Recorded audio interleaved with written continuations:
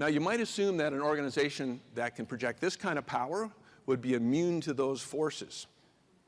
But in point of fact, U.S. naval aviation is a shining example of a tradition-bound, entrenched organization that absolutely refused to change until the cost in blood and treasure became so great it threatened the very existence of the organization itself.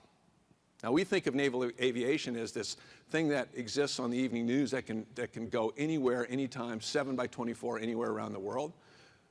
But there was a point at which this organization, which is really good at flying off aircraft carriers, was really terrible at it. So let me give you 2 data points that'll support that. In the Battle of Midway, 1942, considered by many to be the turning point of World War II in the Pacific, and by many naval historians as the greatest carrier battle of all time. There were 7 aircraft carriers battled for 3 days. 5 of them were sunk, 4 Japanese and 1 US. The Navy and Marine Corps lost 143 aircraft and 111 aviators. 1 entire torpedo squadron, 15 aircraft and 29 aviators in 1 morning pass. Absolute carnage.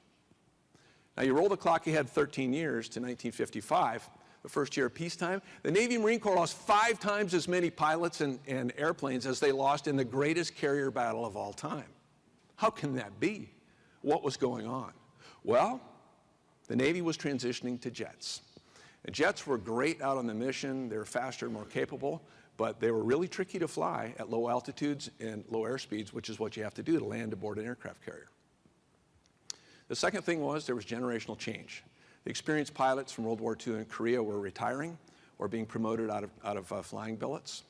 And the third thing was there was a post-war dividend being drawn out of the military at the same time that a new Cold War mission was emerging. So the Navy was being asked to do more with less.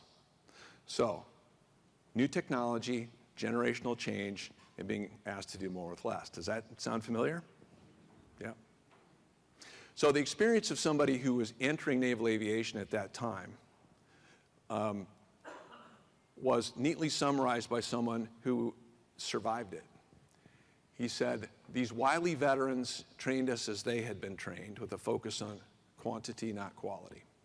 They launched us unsupervised into the hostile sky with the fervent hope that some of us would return alive.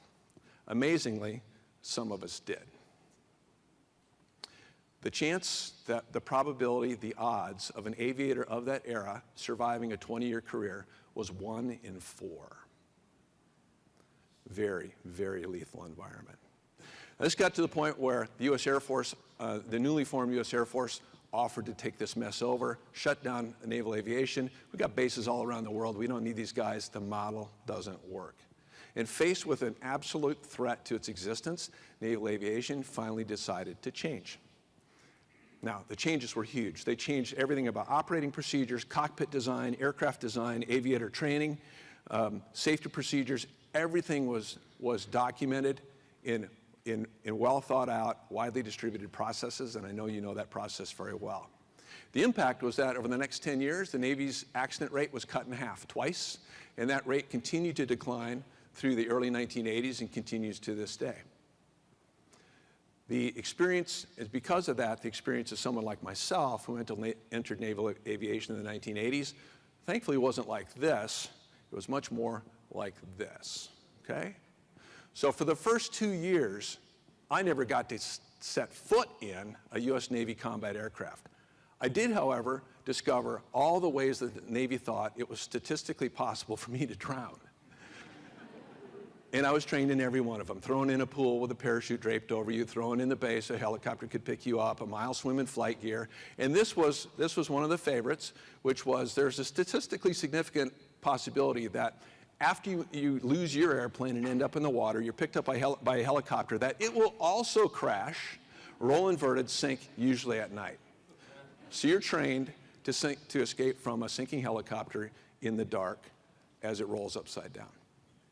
And then, oh, by the way, if you get picked up by the bad guys, you have 10 days of prisoner of war training that you go through too, right? So very, very thorough training. And that's what really drove the change.